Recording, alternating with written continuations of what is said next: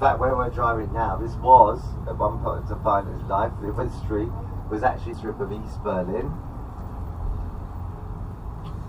The wall stood to our right, and behind which was West Berlin. It's a bit difficult to get your head around it these days.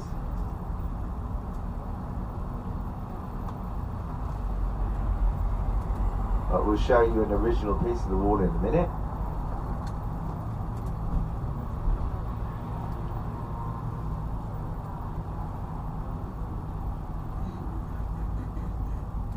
So as we go round the corner here, you see two wonderful looking buildings. The one that you see, which is in front of us on the right hand side coming up, it's a beautiful building. There it is in front of you. That is probably the most famous museum in Berlin for guest exhibitions. So when we have guest exhibitions in the city, they're shown here, and up to 5 exhibitions can be shown in this building simultaneously. So there's the Martin Gropius Museum, dates back to 1870, wonderful architecture. And the building on the left, this is the seat of the Berlin Senate, so it's the House of Representatives. You can see flying outside the flag of Berlin. This is the one with the 2 red stripes with the bear in the middle. That's a symbol of Berlin. If you've been wondering what the bears are all about, that is the flag of this city. Okay, that's why you see the bear on policemen's uniforms, also on public transport. Okay, that is the symbol of the city. So then we have over here on the right hand side another museum. It's over there to our right, and this is known as the Topography of Terror. What stood here up until in 1945 was the Prince Albert Palace, and this became, when the Nazis came to power, the headquarters of the SS and the Gestapo. This was the most frightening address in the city at that time, because if you were pulled in here, either you didn't come out, or if you did, not the way you went in. Topography of Terror is the grey building over there, museum dedicated to the Gestapo and the SS. Here on the right then is an original piece of the Berlin Wall to your right. Not looking in the best of condition. The reason for this is simple.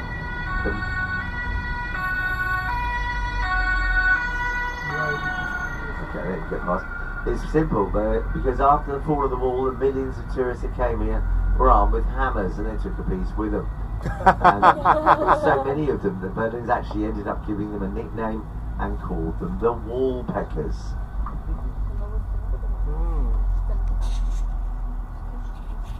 So then we have a balloon over here on the left. It's sponsored by a German newspaper which is known as Die Welt, that means the world. And it doesn't fly during the winter months, but it does in the summer. It's open to the general public, and it's got a gondola underneath, and it takes you up to a height of 150 meters above the city. Then you just stay up there for 15 minutes, have a lovely view of Berlin, and don't worry, you're not going to land in Warsaw or somewhere. It's actually attached to a steel cable, so it's basically up and back down again. It's like an elevator, if you like. And yeah, it's very reasonably priced. It only costs €1 to go up there, and 29 to come down.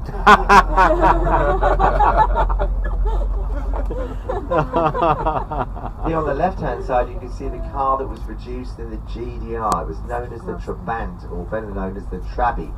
This car was made out of plastic, and it's got a 2-stroke engine, which means that your lawnmower at home is more powerful than this car.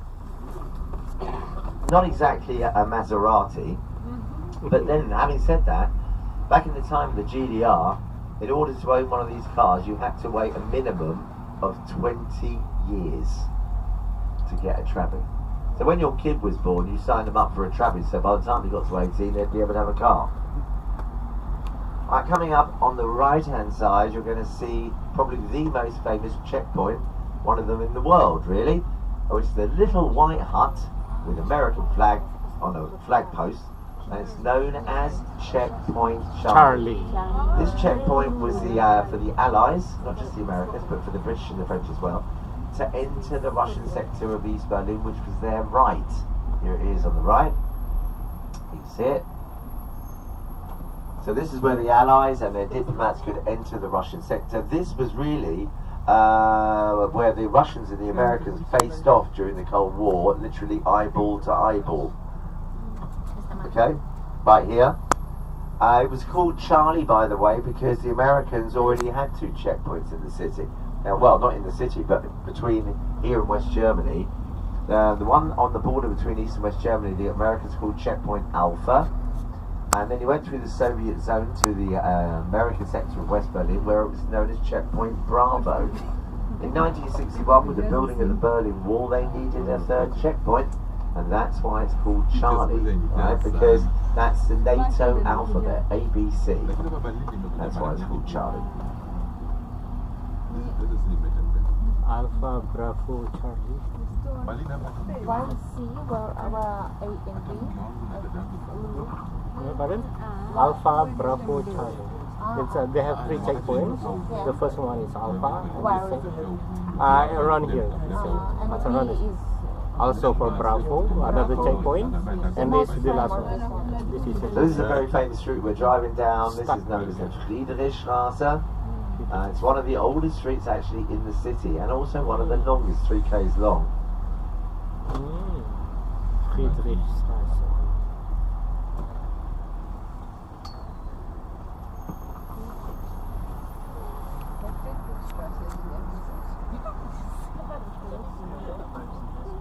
Friedrichstraße ist ikoniert.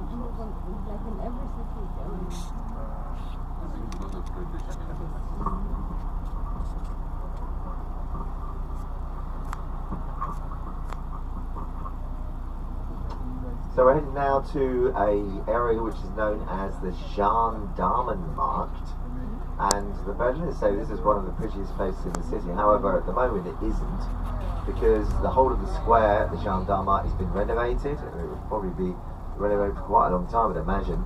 So it doesn't look as pretty as it should look, and you can't even walk across the square. But at least you can enjoy the lovely architecture that was built on the square. We'll show you it in a sec.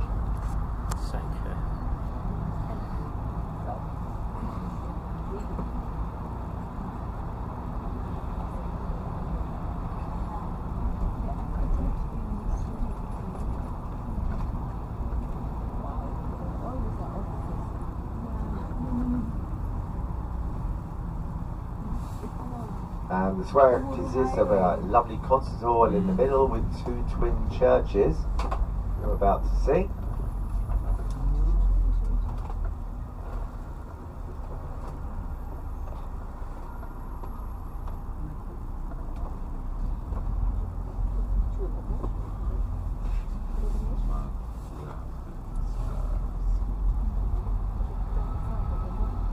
So the first church you're about to see, coming up on the left, is known as the German Dome, and then the one further ahead of us, on the other side of the square, is known as the French Dome. It's the name of the 2 churches, and the building in the middle, like I said, is the concert hall. So why are they called the German and the French Dome? Well, pretty simple. The French Dome is called so, the one in front of you. The one in front of you is the French Dome. It's called so because it was built by French people, the Huguenots. Now, they were Protestant, or I should say Lutheran really. They were Protestant. They were being persecuted for their religion in France at the time by Louis XVI. And Frederick I of Prussia invited them to come and stay in Berlin, and said that you can, you know, practice your religion and everything. So 12,000 did actually turn up at the beginning of the 18th century. They settled around this area, and this is where they built their church. Of course, the local Lutherans weren't very happy about this, and they complained to the king, saying, hey, what's going on here? 12,000 French Huguenots turn up, you give them a place to build a really nice church, what about us? So then the king said, okay, alright, calm down, you can have the other side of the square and you can build your church. And so they did, and that's why it's from the local Lutherans, and that's why it's known as the German Dome. Alright? So, the building you see in the middle has all been renovated at the moment. This was built 100 years later. So the 2 churches were built between 1703 and 1708. There's a difference. They look like twin churches, but look at the German Dome, that's the one behind you on the left. And you will see there's a huge difference to the French one. You only have to look, you see it straight away. Yeah? You all seen it? Yeah. Yes, indeed. The German dome is 3 centimetres higher. I mean, come on, that sticks out like a sore thumb, doesn't it? The building in the middle that you see here, this was actually built 100 years later, and it was built by Berlin's most prolific architect. Now, this guy's name was Karl Friedrich Schinkel.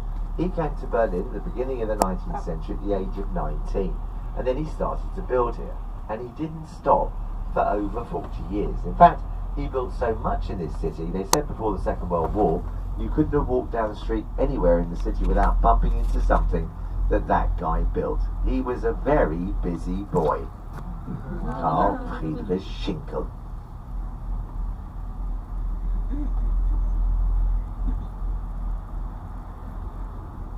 3 centimeters higher. What is the cubes? What is it? Huh? This one? Yeah. She informed us before, don't you remember? Did you hear that? Oh, come on.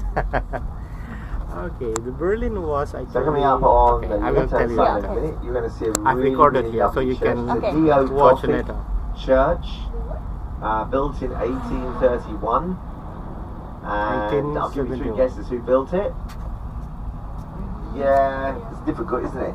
Karl Friedrich Schinkel built it, of course. Interestingly, you'll see when you see the church, it's got 2 entrances. And it also on the side has 2 exits. And it's a one-off in Berlin, actually. This church, when it was first built, was used by 2 completely different congregations. And so they both had their own entrance and they both had their own exits. You don't see that very often, do you, really? A church that's shared by 2 different congregations?